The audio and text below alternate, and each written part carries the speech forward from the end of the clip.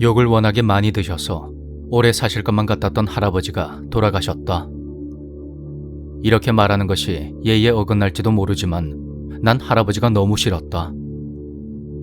인생에서 가장 좋은 것은 돈이라고 믿었던 할아버지는 평생을 돈을 버는 것에만 몰두하셨고 늘 인색하셨다. 내가 고등학교에 입학했을 때 아버지는 자신이 할아버지와는 피 한 방울이 섞이지 않은 사이라는 걸 털어놓으셨다. 할아버진 아버지의 의붓아버지였던 것이다.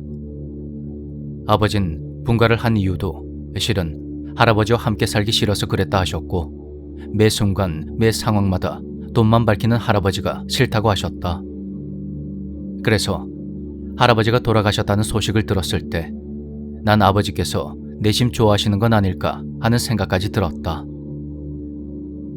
장례식장에는 큰아버지와 그 가족들이 먼저 도착해 있었다. 할아버지의 친아들인 큰아버지는 우리 아버지와 사이가 좋지가 않았다. 큰아버지는 장례식장 관계자와 장례 준비에 대한 이야기를 나누고 있었는데 돈 이야기가 오고 가는 그 모습은 마치 할아버지의 죽음을 가지고 흥정하는 것 같았다. 큰아버지가 가리킨 장례식장 안쪽에 휴게실로 가보니 할머니가 울고 계셨다. 할아버지의 죽음을 진심으로 슬퍼하는 사람은 오직 할머니뿐인 것 같았다. 많은 조문객들이 장례식장을 찾아왔고 덕분에 큰아버지와 아버지 그리고 늘 문제덩어리 취급을 받았던 작은 아버지는 쉴 틈 없이 손님을 맞았다. 큰어머니와 어머니 또한 장례식장 측에서 고용한 아주머니들과 함께 분주히 음식을 차렸다.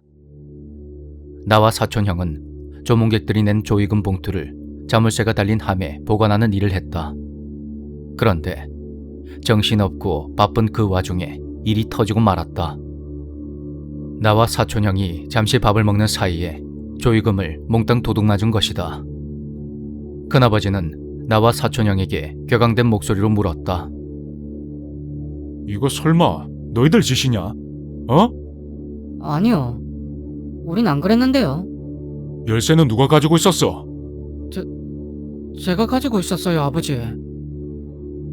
큰아버지가 나와 사촌형을 추궁하는 모습을 본 작은아버지가 나서서 큰아버지를 말렸다. 아이고 형님, 설마 애들이 그랬겠습니까? 일단 관리자 통해서 확인을 해봐야죠. 그 의심한 건 미안하게 됐다.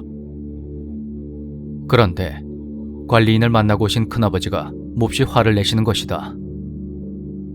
이 자식들이 돈만 받아 처먹으면 끝이다 이거야.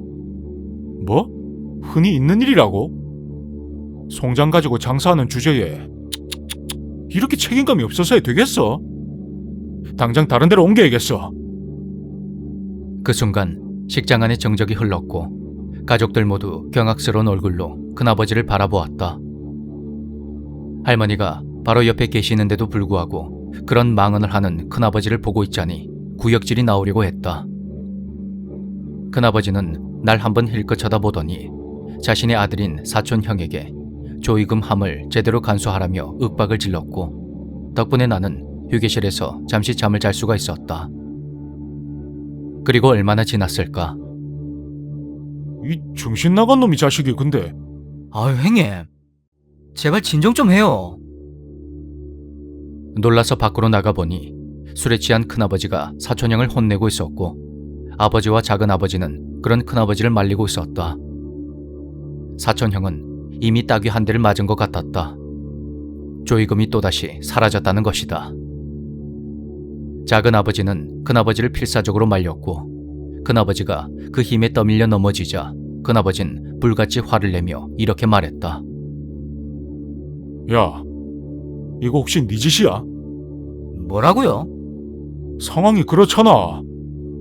꼴에 사업한답시고 설치다가 죄다 말아먹고는 이제 와서 아버지 유산 받아먹으려 온 거 모를 줄 알아? 왜? 내가 물려받은 회사에도 손대려고 그러냐? 그러자 상황을 지켜보고만 계시던 할머니께서 참다 못해 말씀하셨다. 그만 좀 해라. 돌아가신 네 아버지를 생각해서라도 그런 말은 하면 안 된다. 참나. 참 좋으시겠어요, 어머니. 우리 아버지 돈 보고 결혼하시더니 이젠 그 많은 재산 다 물려받으시고 원하시는 걸 끝내 이루시네요. 그만하세요 좀. 그깟 돈 필요 없으니까 전부 형님 가지세요. 그렇게 돈에 얼룩져서 분열된 가족은 서로가 서로를 헐뜯으며 한참 동안 말다툼을 했다. 그때 장례식장 관리자가 와서 입관을 해야 하니 모두 영안실로 내려오라고 했다. 덕분에 싸움은 멈추었고 할아버지의 시신이 보관된 지하의 영안실에 들어서자 모두 조용해졌다. 그런데 시신 보관함의 문이 열리는 순간 할아버지의 시신과 함께 사라진 조이금 봉투들이 쏟아져 나왔다. 그 모습에 가족들 모두 할 말을 잃고 말았다. 할아버지가 탐욕스러운 미소를 지은 채 차갑게 굳어버린 양손에 두툼한 조이금 봉투를 들고 있었던 것이다.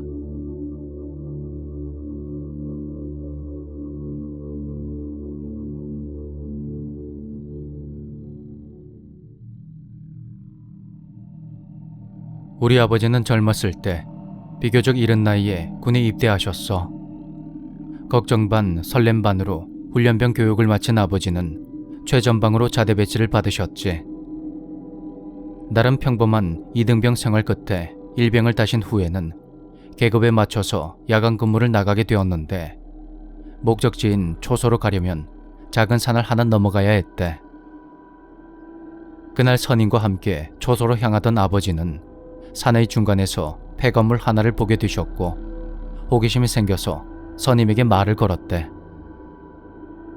김 병장님, 저 건물은 어떤 곳입니까?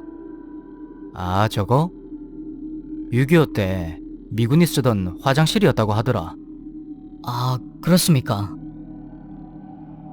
잠시 후 초소에 도착해서 선임과 함께 근무를 서던 아버지는 갑자기 복통을 느꼈어.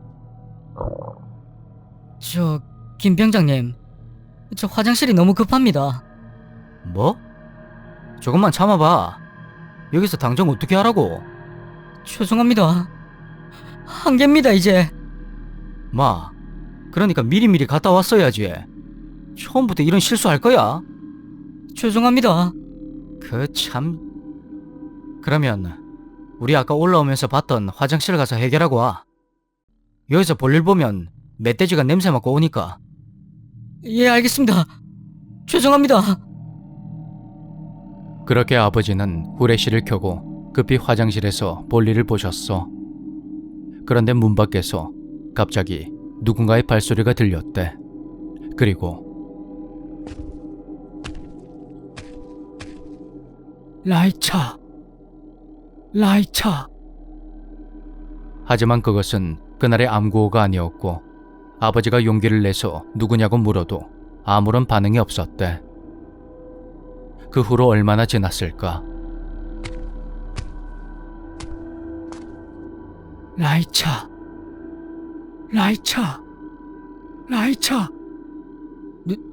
누구십니까? 라이차. 누구야?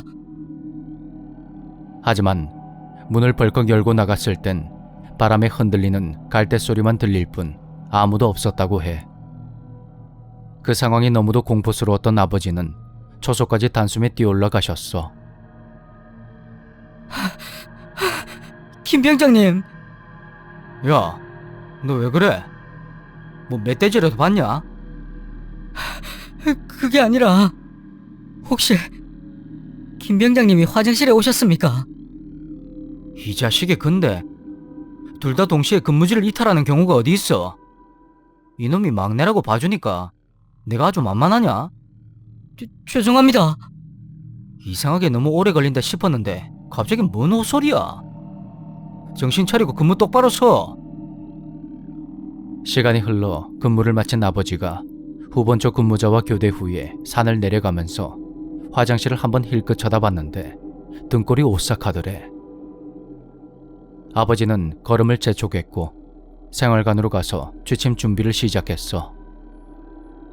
그리고 다음날 일과 중에 6.25 전쟁과 관련된 정신교육 시간이 있었어. 교육을 듣던 중에 당시 각 나라 군인들의 주력 무기와 한국군 사망자 수 등 전쟁과 관련된 내용이 정리된 종이를 한 장씩 나눠줬다고 하는데 그것을 보신 아버지는 또다시 엄청난 공포를 느끼셨다고 해. 그 종이에는 미군이 전시 상황에 사용했던 암호가 있었는데 그 중에 하나가 바로 라이차, 즉 위를 응시하라는 뜻의 단어였던 거야. 그날 아버지가 위쪽을 올려다 보았다면 어떻게 되었을까? 그 일 이후로 아버지는 한동안 문제의 그 화장실은 쳐다보지도 못했다고 해.